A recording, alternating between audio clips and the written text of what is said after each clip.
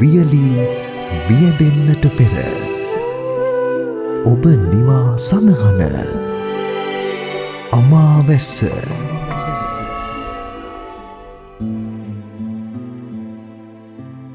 समन्ता चक्रवालेषु अत्रा गच्छन्तु देवता सद्धम्मं मुनिराजस्स सुनन्तो सग्ग मोक्खदं धम्मස්සවන කාලෝ අයං බදන්තා ධම්මස්සවන කාලෝ අයං බදන්තා ධම්මස්සවන කාලෝ අයං බදන්තා. නමෝ තස්ස භගවතෝ අරහතෝ සම්මා සම්බුද්දස්ස. නමෝ තස්ස භගවතෝ අරහතෝ සම්මා සම්බුද්දස්ස. නමෝ තස්ස භගවතෝ අරහතෝ සම්මා සම්බුද්දස්ස. අත්තාහි අත්තනෝ නාතෝ කෝහිනාතෝ පරෝසියා අත්තනාහි සුදත්තේන නාතං ලබ්ධති දුල්ලභං තී. සද්ධර්ම ශ්‍රවණාබිලාෂී ලංකාවාසී ලෝකවාසී සත්පුරුෂ වාසනාවන්ත පින්වත්නි, සම්මා සම්බුදුරජාණන් වහන්සේ නමක් විසින් ලෝක සත්වයා කෙරෙහි කරුණාවෙන් දේශනා කරන්නට යෙදුණු උතුම් චතුරාර්ය සත්‍ය ධර්මයෙන් බිඳක් කෙටියෙන් නමුත් ශ්‍රවණය කරන්නට සූදානම් වෙන මොහොත. පින්වත්නි, යම්කිසි කෙනෙක් මේ භව ගමන ගෙවාගෙන යනකොට ලෞතර බුදුරජාණන් වහන්සේගේ ධර්මය Tamanගේ දෙසවනට වැකීමෙන් එහි පිළිපැදීම පැත්තකින් තියන්න කෙනෙක් ධර්මය ඇසීම තුළම පුදුමාකාර සහනයකට Tamanගේ ජීවිතය පත් කරගන්න පුළුවන්කම ලැබෙනවා. එහෙම පත් කරගන්න පුළුවන්කම ලැබෙන්නේ ඒ ලෞතර බුදුරජාණන් වහන්සේ දේශනා කරපු ධහම Tamanගේ ජීවිතයට එකතු කරගත්තු කෙනෙක්ට විතරයි. එහෙම නැතුව නිකන් මේක ආගමක් විදියට ඇදහැව්වට, මේක නිකම්ම තවත් එක්තරා ආගමකට කොටු කළත් යම්කිසි කෙනෙක් එයාට මේ ධහමින් ප්‍රතිඵලයක් නෑ. මොකද මේ ධහම Tamanගේ හිත ගැන කතා කරපු ධහම, හිත හැදෙන ක්‍රමවේදය ගැන කතා කරපු ධහම. එහෙම කතා කරපු ධහම ඇතුලේ නිර්වාණය කියන එක පරමිලක්කය වශයෙන් භාග්‍යතුන් වහන්සේ දේශනා කළත්, එතනින් මෙහා නිවන් දකින්න යන කෙනෙක් සත්වෙක් විදිහට සම්මුතියෙන් මේ ලෝකයේ තුල ජීවත් වුණාට ඒ තමන්ගේ ජීවිත පසුබිම නිවැරදිව සකස් කරගත්තේ නැත්නම් ඔහුට නිවන් දකින්න තියා කිසිම අධිගමයකට පත්වෙන්නට අවකාශ නොලැබෙන බව බුදුරජාණන් වහන්සේ දේශනා කළා. ඊට අනුරූපීව අපි දිගින් දිගටම පහුගිය දේශනාවන් වල දෙමව්පිය දූදරුවන් නැසුරු කරගෙන මේ වර්තමාන සමාජයේ දකින්න තියෙන ලොකුම ගැටලුවක් තමයි අම්මලා තාත්තලාගේ ගැටලු. මේ දේවල් මුල් කරගෙන ධර්මදේශනා කිහිපයක්ම සිද්ධ කළා.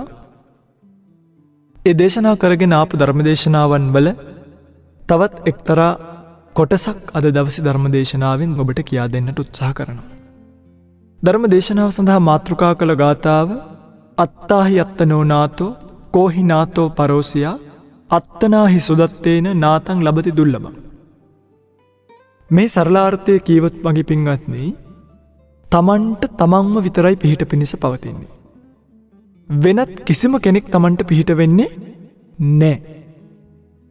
තමන් මනාකොට තමන්ව දමනය කරගත්තා නම්, නැත්නම් තමන්ගේ හිත පාලනය කළා නම් අන්න ඔහු දුර්ලභ වූ ප්‍රතිෂ්ඨාව ලබනවා. නැත්නම් අරිහත් ඵලය කියන දුර්ලභ ප්‍රතිෂ්ඨාවෙන් පිහිට ලබනවා කියන එක භාග්‍යතුන් වහන්සේ දේශනා කළා. පින්වත්නි, මේ ගාථාව දේශනා වෙන්නේ හරි ලස්සන කතන්දරයක් මුල් කරගෙන. අපේ පින්තුල් අහලා තියෙනවා කුමාර කශ්‍යප මහරහතන් වහන්සේගේ කතාවස්තුව.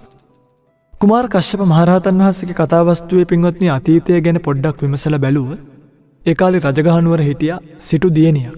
මේ සිටු දියණිය පොඩි කාලේ ඉඳන්ම මහා පිම්බර කාන්තාවක් වෙච්ච නිසා පැවිදි වෙන්න කැමැත්තක් තිබ්බා. අම්මටයි තාත්තටයි පොඩි කාලේ ඉඳන්ම කිව්වා අම්මේ තාත්තේ මාව පැවිදි කරවන්න. මට පැවිදි වෙන්න ඕනි කියලා. හැබැයි මේ අම්මයි තාත්තයි නෙමෙයි මේක ගානකට ගත්තේ. අම්මයි තාත්තයි මේකට අවසර නොදුන්න නිසා, සුදුසු වයස එළඹිච්ච නිසා පතිකුලයට යන්නට සිද්ධ වුණා. විවාහ වෙලා ගියා. පති කුලයට ගිහිල්ලා නොබෝ දිනක් ගත වෙනකොට මේ අම්මා ගර්භණී භාවයට පත් වුණා. ඒ කියන්නේ Tamanට දරුවෙක් ලැබෙන්න ආවා. ඒ දරුවා ලැබෙන්න එනකොට මගේ පින්වත්නි මෙයා දැන් විවාහ වෙලා. හැබැයි මෙයාගේ හිතේ තාමත් ඇතුලේ තියෙනවා පැවිදිවීමේ මහා ආසාව. මෙන්න මේ පැවිදිවීමේ ආසාවත් එක්ක දරුගැබ පිහිටියා කියලා දන්නේ නැති නිසා තමන්ගේ ස්වාමියාට කියනවා ස්වාමීනි මට පැවිදි වෙන්න ආසයි. ස්වාමීනි මාව පැවිදි කරනසේක්වා කියලා කියනකොට ස්වාමියා මොකද කළේ? බොහොම ලොකු පෙරහැරක් පවත්වලා මේ තමන්ගේ බිරිඳව අරගෙන ගිහලා භික්ෂුණීන්ට බාර දුන්නා. හැබැයි බාර දෙනකොට බාර දුන්නේ වැරදීමක් නිසා, ඒ කාලේ දැනගෙන හිටියේ නැති නිසා දේවදත්ත පාක්ෂික භික්ෂුන් වහන්සේලාට. ඒ කියන්නේ දේවදත්ත ස්වාමීන් වහන්සේ ගාවත් භික්ෂුණීන් වහන්සේලා ටිකක් ඒ කාලේ හික්මමින් හිටියා. ඒ භික්ෂුණීන් වහන්සේලාට බාර දුන්නා. ඉතින් දැන් මේ වෙනකොට දරු පැටියෙක් බඩේ. හැබැයි මේ අම්මා දැනගෙන හිටියේ නෑ මගේ කුසේ දරුවෙක් ඉන්නවා කියලා. ඒ නිසා පැවිද්දටපත් වුණා. පැවිද්දටපත් වීමත් එක්ක ටික කාලයක් යනකොට මව්ගැබ දැන් අම්මගේ බඩට දරුවෙක් ආවම බඩ පේනවනේ ටික දවසක් යනකොට නේ. දරුවෙක් හම්බ වෙන්න ඉන්නේ කියලා මෙන්න හැමෝටම පේන්න ගත්තා. අනේ මේ ගර්භණියක් වෙලා කියලා භික්ෂුණීන් වහන්සේලා විමසුවා. මොකද උනේ? මෑණියනි මන් දන්නේ වෙච්ච දේ මගේ සීලයට නම් හානි වෙලා නැහැ. හැබැයි මම ගර්භණී භාවයට පත් වෙලා. දේවදත්ත ස්වාමීන් වහන්සේට කිව්වා. දේවදත්ත ස්වාමීන් වහන්සේ කිව්වා මේ මෑව වහාම සිවුරු අරවලා ගෙදර යවන්න. නැත්තම් එහෙම මටත් එක්ක ලැජ්ජාවක් මේක. මගේ භික්ෂුණීන් වහන්සේලාටත් ලැජ්ජාවක්. ඒ නිසා මෑව ගෙදර යවන්න කියලා කියනකොට මේ ඇඬුවා මම පැවිදි වුණේ දේවදත්තව බලාගෙන නෙමෙයි. මම පැවිදි වුණේ බුදුරජාණන් වහන්සේ බලාගෙන. ඒ නිසා මාව යවන්න බුදුරජාණන් වහන්සේ ගාවට කිව්වා. බුදුරජාණන් වහන්සේ ගාවට මේ භික්ෂුන් වහන්සේලා එක්කන් ගිහිල්ලා මොකද කළේ මේ කතාව කිව්වා. භාග්‍යතුන් වහන්සේ උපාලි තෙරුන් වහන්සේව කැඳවුවා. උපාලි තෙරුන් වහන්සේ කැඳවලා කිව්වා අනාථපිණ්ඩික සිටුතුමා, පසේ නදි කොසල් රජතුමා, විශාකා වැනි මහා උපාසක උපාසිකාවන් ගෙන්වලා මෙයට සාධාරණයක් කරන්න. මෑ ගැන තීරණයක් ගන්න කිව්වා. මේ භික්ෂුණීන් වහන්සේ එක්කන් ගිහිල්ලා තිරරෙදි ඇදලා ඇගේ කුස පරීක්ෂා කරනකොට, කාලේ පරීක්ෂා කරනකොට අවසාන තීරණයකට ආවා. ඒ ගර්භණී භාවයට පත් වෙලා තින්නේ පැවිදි වුණාට පස්සේ නෙමෙයි. පැවිදි වෙන්න කලින් ගිහි කාලේදී ගර්භණී භාවයට පත් වෙලා පසුව තමයි පැවිදි වෙලා තියෙන්නේ කියලා තීරණයකට ආවා. ඇයට අවසර ලැබුණ ශාසනය රැඳෙන්න. පින්වත්නි ඇය ශාසනය රැඳුණා. භික්ෂුණීන් වහන්සේ නමක් විදිහට ඉද්දිම ඇය දරුවෙක් වැදුවා. දවසක් කොසල් රජතුමා මේ මෙහෙණි ආරාමේ ගාවින් යනකොට ඇහෙනවා දරුවෙක් කඩනවා භික්ෂුණී ආරාමේ. ඇහුවා කවුද? කියනකොට කීව කතාව. කතාව කියනකොට මේ රජතුමා මේ කුමාරයා වරගෙන ගිහිල්ලා මේ දරුවා වරගෙන ගිහිල්ලා රජමාලිගාවේ හැදුවා. නමක් තිබ්බා කස්සප කියලා. කුමාරයෙක් වගේ හැදිච්ච කස්සප කුමාරයාට නම වැටුණා කුමාර කශ්‍යප කියලා. මේ කුමාර කශ්‍යප පුංචි කුමාරයා රජමාලිගාවේ හැදෙනකොට තමන්ගේ යාළුවෙක් එක්ක සෙල්ලම් කරනකොට රණ්ඩු වෙනවා. රණ්ඩු වෙනකොට අනිත් ළමයින්ට ගහනකොට ඒ ළමයි මෙයාට කියනවා අම්මා තාත්තා නැති අනාථ වෙච්ච කෙනා. අපිට ගහනවා. මෙන්න අනාථයෙක් අපිට ගැහුවා කියලා කිව්වා. මේ කොල්ල අඬාගෙන ගිහිල්ලා රජතුමාගෙන් අහනවා ස්වාමීනි මට අනාථයි කියන මගේ අම්මා කවුද? අම්මා කවුද කියනකොට අර කිරිමව්වරු ටික පෙන්නුවා. දරුවට කිරි දීපු කිරිමව්වරු ටික පෙන්නුවා මේ තමයි ඔබේ අම්මලා. කිව්වා ස්වාමීනි මේ ඔක්කොමලා මගේ අම්මා වෙන්න විදිහක් නැහැ. මෙතන මගේ එක අම්මා කෙනෙක් නිශ්චිතවම ඉන්න ඕනේ. කවුද මගේ අම්මා? කියනකොට මේ පුත්‍රයාව නවත්තන්න බෑ මේ රවට්ටන්න බෑ අධිප්‍රාඥයෙක් නිසා අවසානයේදී සිදුවීම කිව්වා. කියනකොට මේ මොහොතේම කලකිරීමකටපත් වුණා. පින්වත්නි මේ දරුවා මහා සංසාර ජීවිතේ පාරමිතා පුරාගෙන ආපු කෙනෙක්.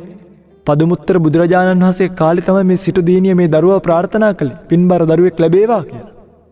එහෙම ලැබිච්ච මේ දරුවා අධිප්‍රාඥයෙක් නිසා කලකිරීමක් ඇති වෙලා පැවිද්දටපත් වුණා. භාග්‍යතුන් වහන්සේ ළඟට ගිහිල්ලා කමඨහන් අරගෙන භාවනා කරනකොට අධිගමයකටපත් වෙන්නේ නැති නිසා තමන් එක්ක කලින් බුද්ධ ශාසනයක කශ්‍යප බුද්ධ ශාසනය පිළිවෙත් පුරලා අනාගාමී ඵලයටපත් වෙච්ච යහළුවෙක් ඇවිල්ලා බ්‍රහ්ම ලෝකෙල මේ උතුමෙක් ඇවිල්ලා ප්‍රශ්න 15ක් දීලා භාග්‍යතුන් වහන්සේගෙන් විමසලා නිවන් දකින්න කියලා රහත් ඵලය දක්වාම උදව් කරා. රහත් භාවයටපත් වුණා. දැන් කුමාර කශ්‍යප මහරහතන් වහන්සේ මහරහත් භාවයටපත් වෙලා. හැබැයි කුමාර කශ්‍යප මහරහතන් වහන්සේව මේ ලෝකෙට වදපු උන්වහන්සේගේ අම්මා 12 වසක් ගෙවිලා තාමත් කල්පනා කර අනේ මගේ දරුවෙක්ව Tamanට ලැබුණට පස්සේ අරන් ගියොත් කොයිතරම් දුකක් අම්මා කෙනෙක් විඳිනවදනේ. අනේ මගේ දරුවා කිය අඬ කල්පනා කරනවා. එක දවසක් ඈත පිණ්ඩපාතේ වඩින කුමාර කශ්‍යප මහරහතන් වහන්සේව මේ අම්මා දකිනවා.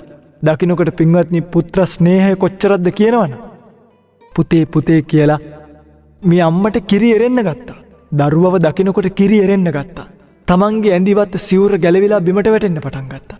අනේ පින්වත්නි ගැලවිච්ච සිවුරු පොට එක අතකට අරගෙන අර කිරි එරෙනකොට එහෙම ඒක රඳවගෙන දුවගෙන ගිහලා මගේ පුතේ කියලා රහතන් වහන්සේගේ අතින් අල්ලගත්තා. අල්ලගන්නකොට රහතන් වහන්සේ කල්පනා කළා මම මෙයාට බුරුලක් දුන්නොත් අම්මේ කියලා ආදරෙන් කතා කළොත් මේ මං ගැනම හිත ඉන්නවා රහත් භාවයටපත් වෙන්නේ නැහැ. ඒ නිසා ඒට ටිකක් තදින් කතා කරන්න ඕනි කියලා හිතලා මොකද කළේ? තාමත් ඔය පුත්‍ර ස්නේහය අතහැරගත්තේ නැද්ද කියලා ඇහුවා. අහනකොට මේ අම්මපිය පස්සට විසික්කුණා. මම මෙච්චර කාලයක් දුකින් ශෝකයෙන් තැවි හිටියා. හැබැයි මගේ පුතා මට කතා කරපු විදිය බලන්න කියලා. කල කිරලා දෙවෙනි පාරත් කතා කළා. තුන්වෙනි පාරත් කතා කරා. එකම පිළිතුර ආපු නිසා කලකිරීමකටපත් වෙලා එද්දාම රහත් භාවයටපත් වුණා. මේ වෙලාවේ බුදුරජාණන් වහන්සේ මේ කතන්දරය දැකලා හරි ලස්සන ගාථාවක් දේශනා කළා. අත්තාහි අත්තනෝ නාතෝ කෝහි නාතෝ පරෝසියා කියලා. මේ ගාථාවේ අර්ථය තමයි කලින් සඳහන් කළේ.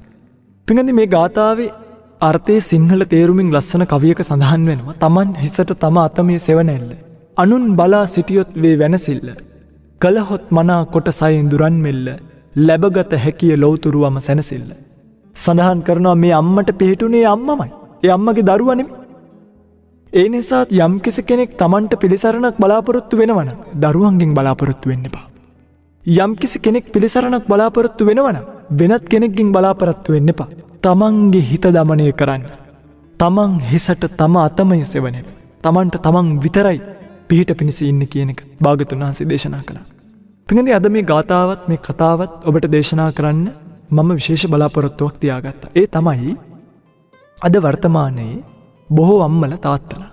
මේ අම්මලා තාත්තලා කියලා කියන්නේ පින්වත්නි මහා පුදුමයි. මේ ධර්ම දේශනාවන් වලට ලෑස්ති වෙනකොට මේ අපිට කල්පනා වෙනවා අනේ කොහොමද මේ ಗುಣ කියන්නේ?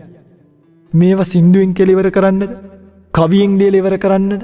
රචනාවලින් දීලා ඉවර කරන්නද? කතන්දර වලින් පෙන්නලා ඉවර කරන්නද? කවදාවත් මේ මව් ගුණ එක දශමයක්වත් ස්පර්ශ කරගන්න අපිට පුළුවන් කමක් නැහැ. පිය ගුණ එක දශමයක්වත් ස්පර්ශ කරගන්න අපිට පුළුවන් කමක් නැහැ. හැබැයි මේ රත්තරන් අම්මලා මෙහෙම අමාරුවෙන් දරුවෝ හදලා අපි දකින්න දෙයක් තමයි අනේ මේ අම්මලට දරුවෝ සලකන්නේ නැති වුණාමනේ. දැන් ওই සමහර අම්මලා තාත්තලා ඉන්නවා සමහර දරුවෝ ඉන්නවා අම්මටයි තාත්තටයි කන කෑමකට වතුර එකක්වත් ගිහිල්ලා දෙන්නේ නැහැ නේ. හදිස්සියවත් අම්මයි තාත්තයි කිව්වොත් පුතේ මට වතුර එකක් ගෙන් හිර වෙලා කියලා අම්මේ ඔයාට ඕනනම් ගන්න. එහෙම කියන දරුවෝ අද සමාජයේ. ඉතින් මේ බොහොම ඕලාරික උදාහරණ මීටත් වඩා එහාට ගිය දැන් අද වෙනකොට අම්මයි තාත්තයි අම්මා කෙනෙක් තාත්තා කෙනෙක් ආදරෙන් හදන දුවක් රත්තරන් දුව පැංචියෙක් බොහොම මලක් වගේ රකින්න. ඒ අම්මයි තාත්තයි දුව ගැන කල්පනා කරන දේවල් දෙයනේ ඇඳුමක් ගත්තත් පාට බලනවා. කාමරයකට තීන්ත ගන්න ගියත් පාට බලනවා. ඇගේ උවමනා එපාකම් ඔක්කොම බලලා ඇගේ සුවඳ දැනිලා වැඩිපුරම සතුටු වෙන්නේ පොටු ඉඳන් ඉන්න තාත්තා. ඇගේ සුවඳ දැනිලා වැඩිපුරම සතුටු වෙන්නේ මේ පොටු ඉඳන් ඉන්න තාත්තා මගේ රත්තරන් දුවේ. මේවා ඔබ දන්නේ නැති වුණාට දැන් ඔබ හිතන් ඉන්නවා තාත්තා කෙනෙක් කියලා කියන්නේ මහා නපුරු චරිතයක් කියලානේ. මං එදත් කීවනේ. අම්මා කෙනෙක්ගේ ಗುಣ නම් කියලා ඉවර කරන්න පුළුවන්. තාත්තා කෙනෙක්ගේ ಗುಣ කොහොමද අපි කියලා ඉවර කරන්නේ? ඇයි? පිටින් අම්මා කෙනෙක්ගේ ಗುಣ අපිට අම්මගෙන් දැනගන්න පුළුවන්. හැබැයි තාත්තා කෙනෙක්ගේ ಗುಣ කවදාවත් තාත්තගෙන් අපිට දැනගන්න පුළුවන් කමක් නැහැ. අපි තාත්තා ගාවට ගියත් අහන්නේ තාත්තගෙන් අහන්නේ තාත්තකෝ අම්මා කියලා. තාත්තගෙන් අහන්නෙත් අම්මකෝ කියලා. අපිට හැමතිස්සෙම අපේ තාත්තව පේන්නේ හරියට මේ ගල් වඩුවෙක් වගේ. තාත්තලට දරුවෝ පේන්නේ පින්වත්නි කළු ගල් වගේ. තාත්තලා හරියට ගල් වඩුව වගේ. මොකද කරන්නේ කටුවයි මිටියයි අරගෙන මේ ගලට කොටලා තාත්තා දන්නවා මේ ගලට කොටනකොට මේකට රිදෙනවා ඇති. අපිට ගහනකොට තාත්තා දන්නවා අපිට රිදෙනවා ඇති. හැබැයි තාත්තා තමයි මේ කළු ගැලෙන් කපන්න පුළුවන් ලස්සනම කැටයම කපන්නේ. අම්මා කෙනෙක් සාමාන්‍යයෙන් වයසට යනකොට දරුවෙක් ගාවට ගිහිල්ලා වැටිලා ඉන්න කල්පනා කරනවා. හැබැයි තාත්තා කෙනෙක් කල්පනා කරනවා මම කොච්චර වයසට ගියත් මගේ අසරණකම් කොහොමද මගේ දරුවට පෙන්වන්නේ? මේ තමයි තාත්තා. ඉතින් අම්මා ගැන තාත්තා ගැන මම පහුගිය ධර්මදේශනාවකදී දීර්ඝ විස්තරයක් කළා. හැබැයි දරුවෝ මේවා දන්නේ නැති නිසා නේ දරු පෙට්ටියක් හැදුවට පස්සේ අවුරුදු 16ක් 17ක් වෙනකොට හිතන්නකෝ දැන් අද සමාජයට වෙලා තියෙන දේ දරුවා යනවා පැනන. ගියාට පස්සේ අම්මා මොකද කරන්නේ? අම්මයි තාත්තයි උළුවව ගාවට ගිහලා හේතු වෙලා කල්පනා කරනවා. පුතේ උඹ මට පයින් ගහලා ගියේකට නෙමෙයි මට තියෙන දුක. හැබැයි මම මගේ ජීවිතය ඇතුළේ උඹ වගේ අම්මාවේ තාත්තවයි එපා කියලා ගිය ඕන තරම් සමනලියෝ දැකලා තියෙනවා. ඕන තරම් ජීවිතේ රස හොයන්න ගිය දූ දරුවෝ මන් දැකලා තියෙනවා. උන්ට මග තොටදී පාර වැරදිච්ච හැටි අපි අපේ ඇස් දෙකට දැකලා තියෙනවා. උන් අනාථ වෙලා දරුවෙක් එක්ක දෙන්නෙක් එක්ක ගෙදර ආපු හැටි අපි අපේ ජීවිතේ දැකලා තියෙනවා. මට බය මගේ රත්තරන් දුවේ. උඹටත් ඒ සිතේම වෙයිද කියලා ඒ රත්තරන් අම්මා අර උළුහව්වට හේතු වෙලා ඔළුව උළුහව් හේතු කරගෙන අනේ දසාතේ කල්පනා කරනවා. කෑම ටිකක් කෑවට ඒ බඩට යන්නේ නැහැ. දරුවා බඩගින්න ඇතිද කියලා හිතෙනවා. ඇඳුමක් ගන්න ඒ හිතට හිතක් නැහැ මගේ දරුවට මොන ඇයි දරුවනේ මේ අපරාධය කරන්නේ ඔබේ අම්මටයි තාත්තටයි. ඔබ යන ගමනක් අනේ මේ අම්මටයි තාත්තටයි රිදවන්නේ නැතුව යන්න. ඔය අම්මටයි තාත්තටයි රිදවල යන ගමන ඔබට කවදාවත් යහපතක් උදා කරන්නේ. ඔබ කොහොමද මේ හදවතට ගින්දරක් දෙන්නේ? ඔබ කොහොමද ලේ ටික කිරිකරලා පවපු ඔබේ ආදරණීය මෑණියන්ට දුකක් දෙන්නේ? ඒ රත්තරන් තාත්තට ඔබ කොහොමද දුකක් දෙන්නේ කියන එක පින්වත්නි අපිට හිතා ගන්නවත්. ඔබ එහෙම කරන්න එපා කවදාවත්. ඒ අම්මවයි තාත්තවයි රැකබලා ගැනීමේ වගකීම ඔබට තියෙනවා. මගේ රත්තරන් අම්මේ තාත්තේ මං අද මේ බණ ටික කියන්නේ ඔබට. ඔබ කල්පනා කරන්න ඔබේ දරුවා ඔබට සලකන්නේ නැත්තම් අපි දන්නවා ඔබ දරුවට ආදරේ. ඔබේ දරුවා ඔබට සලකන්නේ නැත්තම් ඔබ හිතන පතන දේවල් ඔබට කළේ නැත්තම් මගේ රත්තරන් අම්මයි තාත්තයි මේ ගැන හිත දුක් වෙන්න එපා. මගේ රත්තරන් අම්මයි තාත්තයි ජීවිතේ Tamanට පුළුවන් කාලේ Tamanගේ යෞවනය කැප කළා නේද? දරුවනේ අම්මටයි තාත්තටයි සලකන්නේ නැති දරුවා අම්මට සලකන්නේ නැති දරුවා අම්මගේ යෞවනය කියන ගහ කපපු පොරවක් කියලා. එනේ අම්මගේ යෞවනය කියන එක කැපුවේ ඔබ. අම්මව වයසට යවුවේ ඔබ. අම්මගේ හැම ටික ඉරිගැස්සුවේ ඔබ. අම්මව කැත කරේ ඔබ. ලොකු වෙලා කියන්න එපා අම්මා කැතයි කියලා. ඒ අම්මා කැතවීමේ 150ක් 60ක් ඔබ දරන්න ඕනේ. දරුවෝ හදපු නිසායි අම්මා කෙනෙක් ඇදිලා යන්නේ. දරුවට කිරි දුන්න නිසායි අම්මා කෙනෙක්ගේ වයස පේන්න පටන් ගන්නේ. එවැනි දරුවෝ නෙමෙයි මරුවෝ කියලායි සඳහන් වෙන්නේ. එවැනි දරුවන්ට දරුවෝ කියන්න බෑ.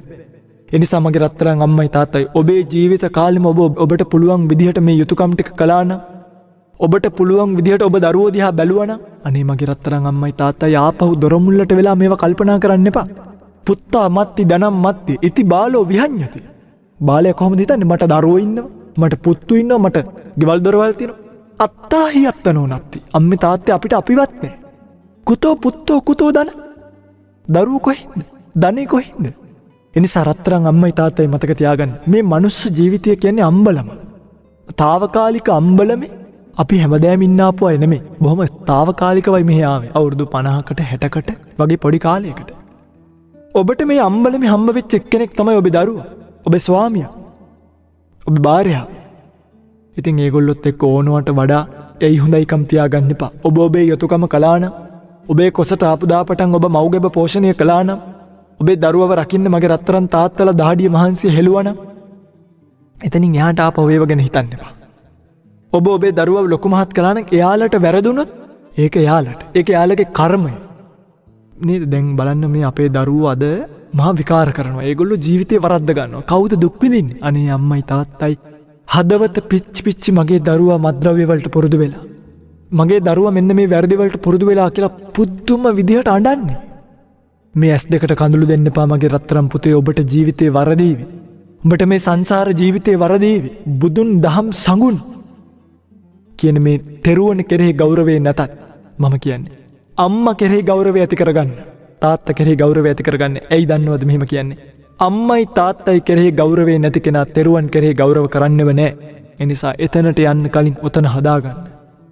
අම්මයි තාත්තයි කෙරෙහි කළගුණ සැලකීමේ චේතනාව තියාගත්තු ඔබ හදවතින්ම තෙරුවන් සරණ ගිය කෙනෙක් බවට පත් වෙනව නොඅනුමානයි.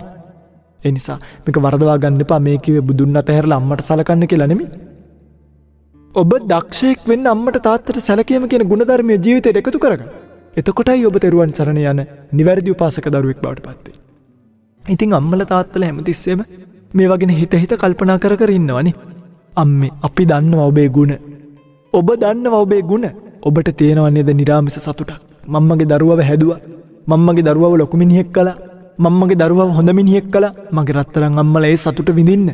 ඇයි තවත් ඒ දරුවෝ දිහා බල ඔබ අඬන්නේ? කොච්චර කාලයක් තව ඔබ අඬන්නද? ඒ දරුවට වරදින වාරයක් පාසා පොඩි කාලේ ඔබට මතක නැද්ද ඔබේ දරුවට උණ හැදිලා ස්පිරිතාලේ ඉද්දි ඔබ වාරණ නැතුව දින නියමයක් නැතුව එතන නැවතිලා හිටියා. ඔබ කන්න කෑමක අතට අරගෙන දරුවා කාපු නැති නිසා ඔබ කෑමක බෙමින් තිබ්බ ඔබට මතක නැද්ද? ඒව මතකයි නම් ඒ තුලින් සතුටක් උපදවා ගන්න. ඒ තුලින් ජීවිතයට ශක්තියක් උපදවා ගන්න. මම මගේ යුතුයකම කළා. ඒගොල්ලෝ යුතුයකම කළත් නැතත් මට ප්‍රශ්නයක් නැහැ. ඒගොල්ලෝ කරන දේවල් ඒගොල්ලන්ට තියෙයි. මං කරන දේවල් මට තියෙයි කියලා හිතලා මේ කුමාර කශ්‍යප මහරහතන් වහන්සේගේ අම්මා දැන් බලන්න. දරුවා සලකපු නැති නිසා රහත් භාවයට පත් වුණා. ඉතින් දරුවා සලකුවා නම් ඒක අම්මා කෙනෙක් ඉන්නවා මේ මේ අම්මා බොහොම දරුවෝ වෙනුවෙන් මහන්සි වෙනවා. බුද්ධ කාලයේ වෙච්ච සිදුවීමක්. දරුවෝ වෙනුවෙන් ගොඩ මහන්සි වෙලා අවසානයේදී මේ දරුවෝ අම්මට සලකන්නේ නැති වෙනවා. මේ අම්මා මොකද කරන්නේ? කල්පනා කරනවා මගේ දරුවෝ මට සලකන්නේ නැහැ. මුන්ට කර කර ඉන්නවට වඩා හොඳයි මෙහෙණි ආරාමයකට ගිහලා මෙහෙණින් වහන්සේලාට වතක් පිළිවෙතක් කරගෙන ඉන්නවා කියලා කල්පනා කළා. කල්පනා කරලා මේ අම්මා යනවා මගේ පින්වත්නි මෙහෙණි ආරාමයකට. ගිහලා ටික දවසක් ඉන්නකොට දැන් ඔන්න දරුවෝ ගැනත් කල්පනා වෙනවා. ඉතින් මෙහෙණින් වහන්සේලා ඇසුරේ ඉන්න නිසා හිටපු ගමන් රූපස්කන්ධය කියලා ඇහෙනවා, වේදනාස්කන්ධය කියලා ඇහෙනවා, පංචස්කන්ධය ගැන දැන් ඇහෙන්න ගත්තා. අනිත්‍ය කියන වචනේ ඇහුණා. දුක්ඛ කියන වචනේ ඇහුණා. අනාත්ම කියන වචනේ ඇහුණා. අවසානයේදී මේ අම්මා රහත් භාවයටපත් වුණා. එක දවසක. දැන් බලන්න වැරදිලාවත් මේ අම්මට දරුවෝ සැලකුවා නම් මේ අම්මා මෙහෙණි ආරාමයකට එයිද? එන්නේ නැහැ. ඒ කියන්නේ රහත් වෙයිද? රහත් වෙන්නේ නැහැ. දැන් දරුවෝ සලකපු නැති එක අම්මට ලැබිච්ච වාග්යක්ද නැද්ද? සංසාර ජීවිතේ කෙලවර කරානේ. සසර ජීවිතේම ඉවර කරගත්තානේ. දරුවෝ සලකපු නැති නිසා. මගේ රත්තරන් අම්මලා ඕකම මදිද ඔබට හිත හදාගන්න. අපි දන්නවා දැන් ඔය සඳහන් වෙනවා මාතෘ ප්‍රේමය කියන එක පින්වත්නි මේ හරි පොදුමයි. ඔය මාතෘ දිව්‍ය රාජ්‍ය භාග්‍යතුන් වහන්සේ අභිධර්මයේ දේශනා කරන්නේ දිව්‍ය තලයට වැඩම කරලා මාතෘ දිව්‍ය රාජ්‍ය ප්‍රමුඛ කරගෙන දැන් බණ කියනවා. ධර්මයේ දේශනා කරනකොට භාග්‍යතුන් වහන්සේ දකිනවා මාතෘ දිව්‍ය රාජ්‍යක ඇඟිලි වලින් මව් කිරියනවා. ධර්මයේ දේශනා කරලා ඉවර වෙලා අහනවා දිව්‍ය රාජ්‍යයනි මම මේ හරි පුදුම ආශ්චර්යයක් දැක්කනේ. ඔබේ අතින් මේ මව් කිරියනවනේ. ඇයි කියලා ඇහුවා. කියනවා දිව්‍ය රාජ්‍ය ස්වාමීනි මේ සංසාර ජීවිතේ මම ඔබ වහන්සේ පාරමිතා පුරාගෙන එනකොට ඕන තරම් ආත්ම භාවවල අම්මා වෙලා හිටියා. අවසානයේදී ඔබ වහන්සේ බුදු වෙන ආත්ම භාවයේ මට ඔබ වහන්සේට කිරි දෙන්න බැරි වුණා. දින 7ක් ඇතුළත මම මරණයටපත් වුණා. ඒ මාතෘ ස්නේහයටයි මගේ නියපොතු වස්සෙන් මව් කිරි ගැලුවේ කියලා සඳහන් කළා. බලන්න මේ අම්මා කෙනෙක්ගේ තියෙන ස්නේහය අපිට හිතා ගන්නවත් පුළුවන්ද මේවනේ. එහෙම ආදරය කරන අම්මා කෙනෙක් ඔබේ දරුවෝ ඔබට සැලකුවේ නැහැ කියලා ඔබ පසුතැවෙන්න එපා. ඔබ මේ ධර්මය අවබෝධ කරගන්න. ඔබට මේ බුද්ධ ශාසනය ලැබුණේ දරුවන්ගෙන් වතුර කෝප්ප ගන්නවත්, දරුවන්ට කියලා දඹදිව යවා ගන්නවත් නෙමෙයි. දැන් සමහර අම්මලා ඉන්නවා මගේ දරුවන්ට අපි මෙච්චර කරලා තියෙනවා. මාව දඹදිව යවන්නේ නැන්නේ මගේ දරුවෝ. පින්වත්නි ඔබට දඹදිව යන්න ඕන නම් ඔබ මේ මෙච්චර ලොකු දරුවෝ හැදුවා ඔබට බැරිද රුපියල් 50000ක් 60000ක් හොයාගන්න? අවුරුදු කීයක් මේ දරුවෝ වෙනුවෙන් ඔබ ලක්ෂ ගාණක් වේදම් කළාද? කෑම වේල් වලට කොච්චර ඔබ වියදම් කළාද? ඔබට යන්න ඕන නම් ඔබ දරුවෝ මැත්තේ වැටෙන්න එපා. ඔබේ හිතට ශක්තිය උපදවා ගන්න අපි ඉන්නවා ඔබට අම්මේ. කල්යාණ මිත්‍ර සංගරුවන ඉන්නවා. කල්යාණ මිත්‍ර ධර්මයේ ඔබට තියෙනවා. සත්පුරුෂයෝ මේ ලෝකෙ ඉන්නවා. ඔබේ දරුවා සත්පුරුෂයෙක් නම් ඒ දරුවව මනසින් අතහැරලා දාන්න. ඒ කියන්නේ දරුවට කරදරයක් වෙච්ච වෙලාවක උදව් කරන්න එපා කියනවා නෙමෙයි. අම්මා කෙනෙක්ගේ ඒ ගුණය අපිට නවත්තන්න බෑ. ඒ ගුණයට උදව් කරන්න. හැබැයි ඔබේ මනස නිදහස් කරගන්න මේ తాවකාලික මනුස්ස ජීවිතයකින් අම්බලමින් මම තනියම නිදහස් වෙලා යනවා මිසක් මගේ දරුවා අසත්පුරුෂයි උම්මට සලකන්නේ නැහැ ඔබ ක්‍රෝධ කරන්න එපා. ඔබ ඉවසන්න පුරුදු වෙන්න. ඔබ වෛර කරන්න එපා. ඔබ ඉවසන්න පුරුදු වෙන්න. ඔබ අර දරුවා වෙනුවෙන් අච්චරකල් මහන්සි වෙලා ආපහු ඒ දරුවා කෙරෙහින් ක්‍රෝධය උපදවාගෙන වෛරය උපදවාගෙන ඔබ අපායට යන්න හදන්නේ. අපි දන්නවා අම්මා කෙනෙක් දරුවෙක් මුරණ්ඩුකම් කරනකොට කේන්ති ගන්න. තාත්තා කෙනෙක් දරුවෙක් මුරණ්ඩුකම් කරනකොට කේන්ති ගන්න තමන්ට සලකන්නේ නැහැ කියන බයට නෙමෙයි. දරුවෝ උඹට වරදී කියලා බයට. මේ මගේ කෙල්ලට වරදී කියලා බයටයි අම්මා කෑ ගහන්නේ. හැබැයි මගේ රත්තරන් අම්මලා මතක තියාගන්න. ඒක ඇගේ කර්මයක් එක්ක බැඳිච්ච එකක්. ඒක ඔහුගේ කර්මයක් එක්ක බැඳිච්ච එකක්. ඒවා පස්සේ ගොඩාක් කෙලවන්න එපා. හරියට සරියුත් මහරහතන් වහන්සේ ඉවසුවා වගේ ඉවසන්න. භාග්‍යවතුන් වහන්සේ ඉවසුවා වගේ අර ශාන්තිවාදී තාපසයෙක් වෙලා භාග්‍යවතුන් වහන්සේ උපදිනවා. ශාන්තිවාදී තාපසයෙක් වෙලා පාරමිතාව පුරන කාලෙත් තමයි මේ උප්පත්තිය ලබන්නේ. කලාබු කියලා රජ කෙනෙක් හිටියා. මහා හැමදේම අවසන මත්පැන් පානය කරනවා. මත්පැන් පානය කරලා උයනට ගිහිල්ලා තමන්ගේ පරිවාර කාන්තාවන්ගේ ඔඩොක්කුවේ ඔළුව තියාගෙන තමයි නිදාගන්නේ. එක දවසක් කොහොම නිදාගෙන ඉන්නකොට ශාන්තිවාදී තාපසයා අහසින් වැඩම කරලා ඔය උයනම පැත්තක ඉඳගත්තා. මොකද කළේ මේ කාන්තාව ඔක්කොම එකතු වෙලා ගිහිල්ලා ශාන්තිවාදී තාපසගෙන් බණ අහන්න ගත්තා. අර ඔඩොක්කුවේ ඔළුව තියාගෙන කාන්තාවක් හිටියනේ. ඇය කල්පනා කළා එය අසත්පුරුෂ කාන්තාවක්. ඇය කල්පනා කළා මං විතරක් මොකටද මේ ඔළුව තියාගෙන ඉන්නේ? ඉන්නකො මං හොඳ වැඩක් කරන්න කියලා කකුල ගැස්සුවා. ගස්සනකොට කලාබු රජතුමා නැගිට්ටා. නැගිටලා මොකද කළේ? නැගිටලා කේන්තෙන් ඔක්කොමගේ අනිත් පරිවාර කාන්තාව. අන්න ස්වාමීනි ගිහිල්ලා බණ අහනවා. අන්න අර තාපසයෙක්ගේ මේ කලාබු රජතුමා ඇස් දෙක රතු කරගෙන වියරු වැටීගෙන ක්‍රෝධයෙන් ගියා මේ තාපසයා ගාවට. ඇහුවා ඔබ මොන වාදයක් ප්‍රකාශ කරන කෙනෙක්ද? ඔයාගේ ඉගැන්වීම මොකද්ද? කිව්වා ස්වාමීනි මම ශාන්තිය ප්‍රගුණ කරන කෙනෙක්. මම ශාන්තිවාදය ගැන දේශනා කරන කෙනෙක්. මේ රජතුමා හරි අසත්පුරුෂයි. රජතුමා මොකද කීවේ? හරි ඔයාගේ ශාන්තිය අපි බලමුකෝ කියලා මොකද කළේ? තමන්ගේ රාජබටයන්ට වදකයන්ට මහා හයියෙන් මොර ගහලා කතා කරලා කිව්වා කසයක් අරන් එන්න කියලා. එහා පැත්ත මෙහා පැත්ත පෙරලලා කස 500 පාරවල් ගැහුවා. ගහලා පින්වත්නි හැම ගැලවිලා තුවාල පේන ඇඟ උඩට කකුල තියලා අහනවා. දැන් මොකද කියන්නේ? දැන් ඉවසීම තියනවද? මේ තාපසයා කියනවා ස්වාමීනි සුවපත් වේවා. නොනැසේවා. කරදරයක් නම් නොවේවා. අකුසල් විපාකයක් නම් නොවේවා. බලන්නකො ඉවසීම කොච්චරද කියලා. ඊට පස්සේ නැවතුවද නෑ. කඩුවක් ගේන්න කියලා එක අතක් කැපුවා. අත් දෙකම කැපුවා. කකුල් දෙකම කැපුවා. කන් දෙක කැපුවා. නාසය කැපුවා. කපල හැවුවා. දැන් කොහොමද? ඉවසනවද? ස්වාමීනි සුවපත් වේවා. මගේ කන් කපපු, නාසය කපපු, අත් කපපු, කකුල් කපපු හැම දෙනෙක්ම සුවපත් භාවයට පත් වේවා. බලන්න මේ ඉවසීමේ ගුණය. එහෙම මගේ භාග්‍යතුන් වහන්සේ බුද්ධත්වයේ කෙරෙහි ඉවසුවන. ඔබේ දරුවගෙන් ඔබට අසාධාරණයක් වෙනකොට ඔබ ඉවසන්න. ඔබේ දරුවෝ ඔබට කෙනෙහිලි කමක් කරනකොට ඔබ ඉවසන්න. ඔබ ඒකට රණ්ඩු වෙන්නවත්, පසුතැවෙන්නවත්, බෙල්ල වැල දාගන්නවත් යන්න එපා. මේක තමයි ලෝක යථාර්ථය කියන එක මනසිකාරය කරන්න. මේක තමයි ලෝකයේ ඇත්ත කියන එක මනසිකාරය කරන්න. ඒ ඇත්ත මනසිකාරය කිරීම තුළ ඔබට පුදුම සහනයක් ලැබේ. ඊට පස්සේ ඔබ දන්නවා සරියුත් මහරහතන් වහන්සේ. සරියුත් මහරහතන් වහන්සේ දිනක් පිණ්ඩපාතේ වඩිනකොට මේ ඉවසීම කොච්චරද කියලා බලන්න. ස්වාමීන් වහන්සේ පිණ්ඩපාතේ වඩිනකොට කඩමණ්ඩියේ ඉන්න අය කතා කරගන්නවා. අන්න බලන්නකො සරියුත් මහරහතන් වහන්සේ පිණ්ඩපාතේ වඩිනවනේ. ඔය උතුමන් වහන්සේ පුදුම ඉවසීමක් තියෙන උතුමන් වහන්සේ නම. කියනකොට එතන හිටපු බමුණෙක් ඔහොම හිටපන්කෝ මං ඉවසීම පෙන්නන්නම්කෝ මුඩු මහනගේ කියලා දුවගෙන ගිහිලා අත් දෙකම එකට එකතු කරලා විශාල පාරක් සරියුත් මහරහතන් වහන්සේගේ පිටට ගැහුවා. අනේ හැරිලවත් බැලුවේ නෑ. දැන් අපි නම් සාමාන්‍යයෙන් අපිට කවුරු හරි ගැහුවොත් කවුද මට ගැහුවේ කියලා බලනවනේ නේ. බලලා මට වඩා දුර්වලෙක් නම් බයිනවා. නැත්තම් ගහනවා. බලවන්තයෙක් නම් හිතින් පුපුර ඉන්නකො මං කොයි වෙලේ හරි මේකෙන් පරිගන්නම් කියලා යනවා.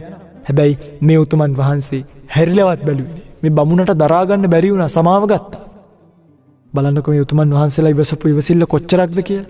ඔබට බැරිද මෙහෙම ඉවසන්න? ඔබට පුළුවන් මෙහෙම ඉවසන්න. පින්වත්නි ඒ නිසා මේ උතුමන් වහන්සේලාගේ මහා ගුණකඳ මනසිකාරය කරලා තමන්ගේ ජීවිතවලට යම් අඩුපාඩුවක් දරුවන්ගෙන් වෙනවනම් ඔබට මේ ජීවිතේ ලැබුණේ ධර්ම අවබෝධය කරන්නයි කියලා හිතාගෙන මේ తాවකාලික ලෝකය අස්ථීර ලෝකේ කුමනනම් ස්ථීර ධාරක ප්‍රේමයක්ද කියනක මනසිකාරය කරලා මේකින් ඈතර වෙලා යන්න. ඔය මැත්තේ වැටිලා ඉන්න එපා. ඔය මැත්තේ වැටිලා හිටියා කියලා වැඩක් නෑ. ඔබේ දරුවා අතිජාත දරුවෙක් නම් ඔබට සලකයි. අනුජාත දරුවෙක් නම් ඔබට සලකයි. හැබැයි ඔහු අවජාත දරුවෙක් නම් ඒ කියන්නේ අම්මයි තාත්තගේ ගුණත් නසන අම්මටයි තාත්තටයි වඩා ගුණධර්ම අඩු දරුවෙක් නම් ඔහුගෙන් ඔබ එවැනි සැලකිලි බලාපොරොත්තු වෙන්න. අවජාත දරුවෙක් කවදාවත් අම්මටයි තාත්තටයි සැලකීම කියන කාරණාව සිද්ධ කරන්නේ නෑ කියන එක සඳහන් කරලා තියෙනවා. ඒ නිසා රත්තරන් අම්මලා තාත්තලා හොඳට කල්පනා කරන්න මේ බුදුදහම ලැබිච්ච වෙලාවේ මේ ධර්මයේ ලැබිච්ච වෙලාවේ කල්යාණ මිත්‍ර සංගරුවනේ ලැබිච්ච වෙලාවේ එක තැනකට වැටිලා ලත වෙවි ඉන්න එපා. ඔබ ඔබේ යුතුයකම කළා නම් ඔබ දරුවෝ හැදුවා නම් ඔවුන්ට අධ්‍යාපනය දුන්නා නම් ඔවුන්ගේ ජීවිත සාර්ථක වෙන විදියට පාර පෙන්නුවා නම් ඔවුන්ගේ කර්මයක් නිසා ඔවුන් ජීවිතේ වරදවා ගත්තොත් ඒකට ඔබ පලිනේ. ඔබ ඔබේ යුතුයකම කරලා ඉවරයි. දැන් අත් දෙක පීද ගන්න. ඔබ ඔබේ වගකීම කරලා ඉවරයි. ඔබ පැහැදිලිවම ගෙදර බුදුන් අම්මා කියන බුදු වදනට අනුව මහා බ්‍රහ්මයේ ගුණ දරන මෙත්තා කරුණා මුදිතා උපේක්ඛා කියන මේ සතර බ්‍රහ්ම විහරණ දරන අම්මා කෙනෙක් විදියට තවත් ඔළුවවට ඔළුව තියාගෙන පසුතැවිතැවි ඉන්න එපා.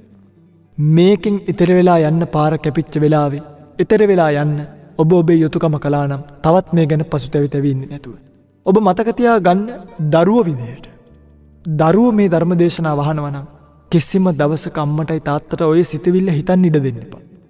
ඔය සිතවිල්ල අම්මටයි තාත්තටයි ඔබ වෙනුවෙන් කඳුලක් ආවොත් ඔබ නොසලකා ඉන්නවා කියන කාරණාව නිසා අම්මටයි තාත්තටයි කඳුලක් ආවොත් ඔබට කවදාවත් මේ ජීවිතේ යහපත් ජීවත් වෙන්න පුළුවන් කමක් නැහැ.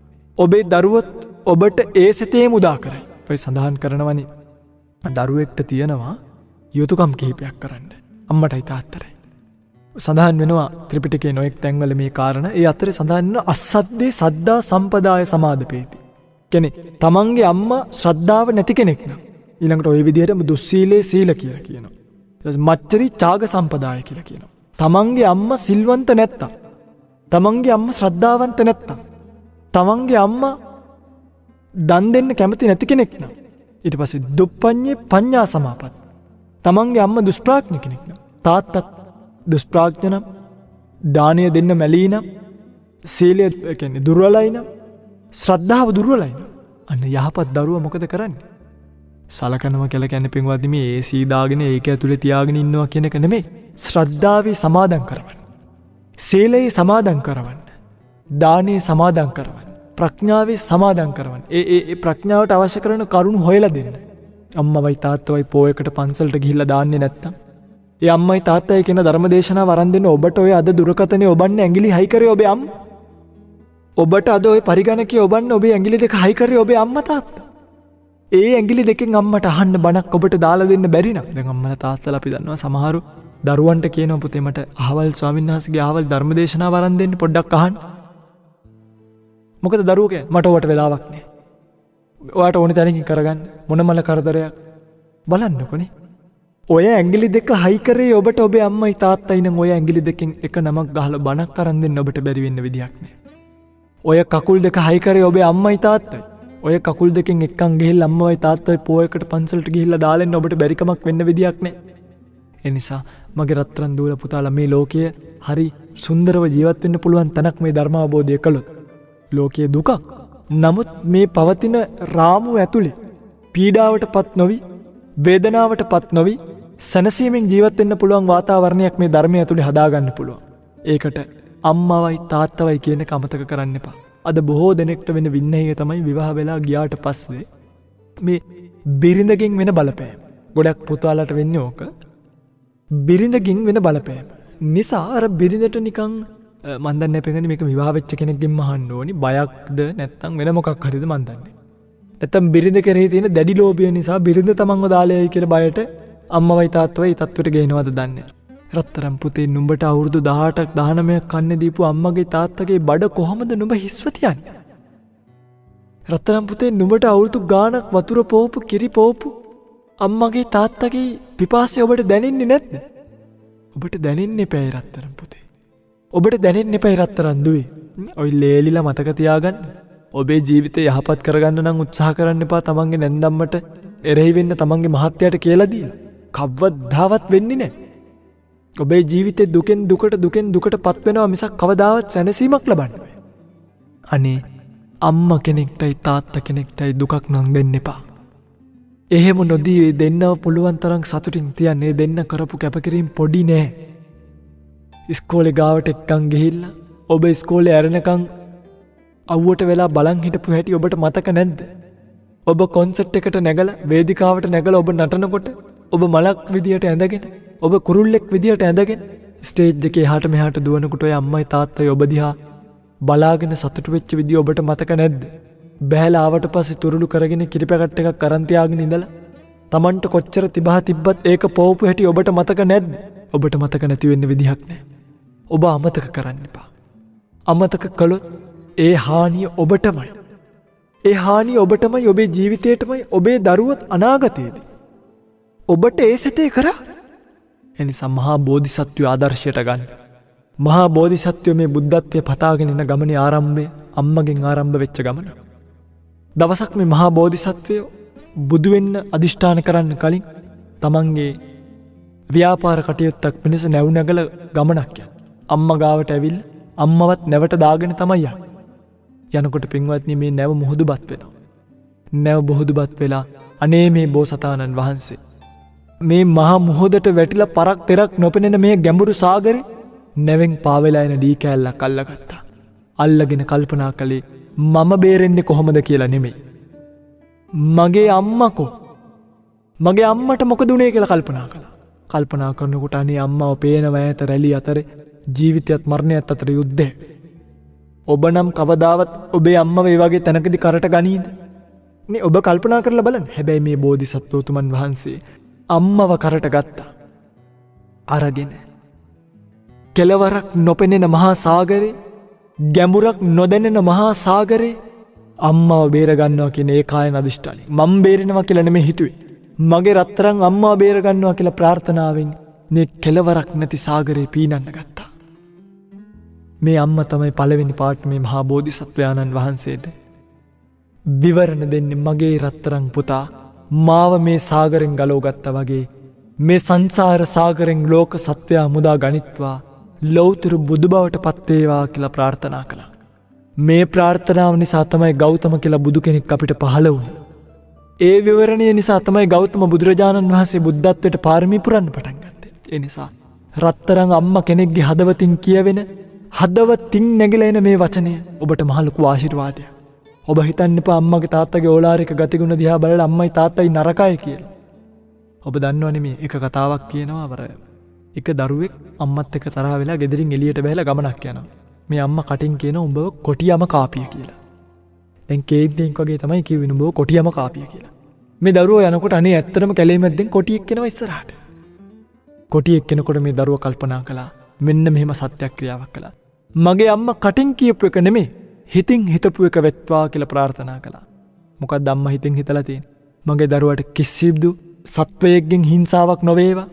වනේ ඇතුළේදී කිසිම හිංසාවක් නොවේවා සියල්ලෝ කරුණා කරත්වා කියන ප්‍රාර්ථනාව ඇගේ කටින් අර කොටියම කාපිය කියලා කීවට හදවතේ ප්‍රාර්ථනාව අම්මා කෙනෙක්ගේ ඔය වගේ. පිටුදින් මෙහෙම හිතනකොටම මේ කොටියා මොකද කළේ? කොටියා ආපහු හැරලා යන්න ගියා. බලන්නකෝ අම්මා කෙනෙක්ගේ හදවතේ ප්‍රාර්ථනාව. මේක ලෞතර බුදුරජාණන් වහන්සේ දැක්කා. ලෞතර බුදුරජාණන් වහන්සේ දැකපු නිසා තමයි අපිට දැන් සිල්පදයක් තියෙන උපසම්පදා භික්ෂුවට ස්ත්‍රියක් අල්ලන්න බෑ. යෝපන බික්කු ඕතින්නෝ විපරිණතේන චිත්තේන මාතුගාමේන සංසද්දින් කාය සංසග්ගන් සමාපජ්ජේය. ඒ කියන්නේ මේ අඩුම එදින උපන් ලදරියක්වත් අල්ලන්න බෑ මිනිස්සු.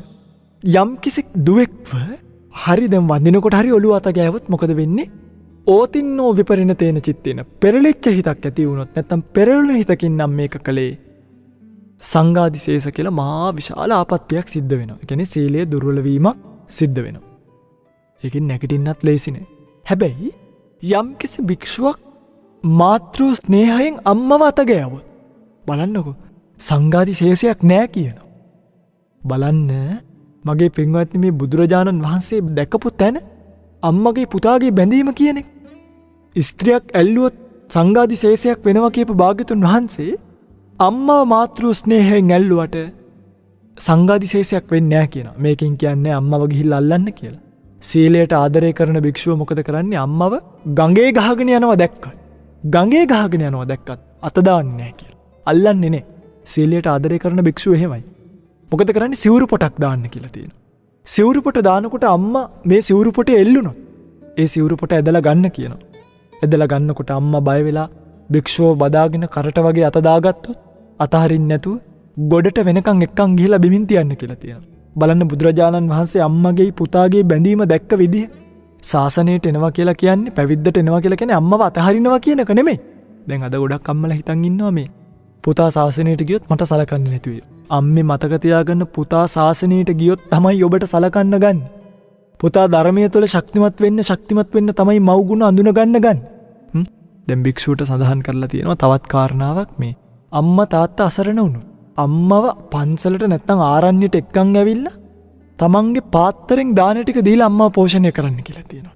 මෙහෙම අම්මව රැක බලා ගන්න කියලා භාගතුන් වහන්සේ සඳහන් කළේ. එනිසා මගේ රත්තරන් දරුවෝ මතක තියාගන්න අම්මව කියන කෙනාව තාත්තව කියන කෙනාව පරිස්සමින් රැක බලාගෙන ඒ හිත සතුටු කරලා ශ්‍රද්ධාවේ පිහිටෙව්වේ නැත්තම් සීලේ පිහිටෙව්වේ නැත්තම් ප්‍රඥා පිහිටෙව්වේ නැත්තම් ඔබ ඔබේ මේ ජීවිතයට විතරක් නෙමෙයි සසර ජීවිතේටම කරගන්න ලොකුම අපරාධය තමයි ඒක. ඒ නිසා ඔබේ කට පරිස්සම් කරගන්න අම්මට බයින්න යන්න එපා. ඔබට ආයි අම්මා කියන්න කටක් ලැබෙන එකක් නේ. කවදාවත් අම්මගේ දිහා රවලා බලන්න එපා. ආපහු ඔබට S2ක් ලැබෙන එකක් නේ. ආපහු ඔබට අම්මෙක් ලැබෙන එකක් නේ. දරුවන්ගේ පැත්තෙන් මේ දේවල් මතක තියාගන්න අතරතුර අම්මලා පෙර කීවක් වගේම අම්මලාගේ පැත්තෙන් තනියමම මේ හිත හදාගන්න. දරුවන්ගෙන් රැකවරණයක් බලාපොරොත්තු වෙන්නම එපා. දරුවෝ සලකන එක නැති එක දරුවන්ගේ යුතුයකම. හැබැයි මගේ රත්තරන් අම්මයි තාත්තයි ඔබ වැඩි හිටියෝ. ඔබට මේ දේවල් හොඳට තේරෙනවා. ඔබ බුද්ධ ශාසනය ලැබපු වෙලාවේ මේ తాවකාලික කියන මනුෂ්‍ය අම්බලමින් ඊතර වෙලා යන්න උත්සාහ කරන්නේ ඇති දැන් මහන්සි වුණා. ඔය අත් ගෙවෙනකන් වැඩ කරලා ඇති ඔබ. ඔය කටවල් ගෙවෙනකන් කතා කරලා ඇති ඔබ. ඔය කකුල් ගෙවෙනකන් ඇවිදලා ඇති ඔබ. තවත් ඔබ කොච්චර මහන්සි වෙන්නද මගේ රත්තරන් අම්මේ තාත්තේ? දැන් ඇති. දැන් විවේකයක් දෙන්න ඔය හිතට. කෙලෙස් ප්‍රහාණය කරන මාර්ගය තුල අනුගත වෙන්න. එහෙම වුණොත් ඔබට මේ ජීවිතේ යහපත්ව ගත කරලා පරලෝක ජීවිතයත් යහපත් කරගන්න පුළුවන් වෙයි. ප්‍රාර්ථනා කරනවා මේ රත්තරන් අම්මල තාත්තලා හැම දෙනෙක්ටම මේ ගෞතම සම්බුද්ධ ශාසනයේම ගුණපිළිවෙත් පුරා ගන්න අවශ්‍ය කරන කායික මානසික නිදුක් නිරෝගී චිරජීවනය ලැබේවා. යහපත අයහපත තේරුම්ගෙන අයහපතෙන් දුර වෙලා යහපතෙහි තමන්ගේ ජීවිතය හික්මවාගෙන තමන්ගේ පිළිසරණ තමන් විතරක් යයි නුවණින් දැනගෙන තමන්ගේ ඉඳුරන් මෙල්ල භාවයට පත් කරගෙන උතුම් මරිහත් භාවය ලබලා මේ සංසාර දුක්ගිනි කෙලවර කරගන්නට මේ රත්තරන් දරු පැටව මේ ලෝකෙට දායාද කරපු සෑම අම්ම කෙනෙක්ට තාත්තා කෙනෙක්ටම මේ ධර්ම දේශනාමය කුසලයත් ධර්ම ශ්‍රවණමය කුසලයත් මෙයින් ඇති වුණා වූ ඥානයත් ඒකාන්ත පාරමිතාවක් වේවා. පාරමී ශක්තියක් වේවා කියලා ප්‍රාර්ථනා කරනවා. ශ්‍රවණය කරපු ලෝකවාසී ලංකාවාසී හැම සියලු දෙනෙක්ටමත් පැතූ බෝධියකින් උතුම් නිවනින් නිවී යන්නට මේ සියලු කුසලයෝ ඒකාන්ත පාරමිතාවක් වේවා කියලා ප්‍රාර්ථනා කරනවා. දෙවියන්ට පුණ්‍යානුමෝදනා කරමු. ආකාසට්ටා චුම්මට්ටා දේවා නාග මහිද්దికා පුඤ්ඤන්තං අනුමෝදිත්වා චිරං රක්칸තු ශාසනං. ආකාසට්ටා චුම්මට්ටා දේවා නාග මහිද්దికා පුඤ්ඤන්තං අනුමෝදිත්වා චිරං රක්칸තු දේශනං. ආකාසට්ටා චුම්මට්ටා දේවා නාග මහිද්దికා පුඤ්ඤන්තං අනුමෝදිත්වා චිරං රක්칸තු මං පරන්ති.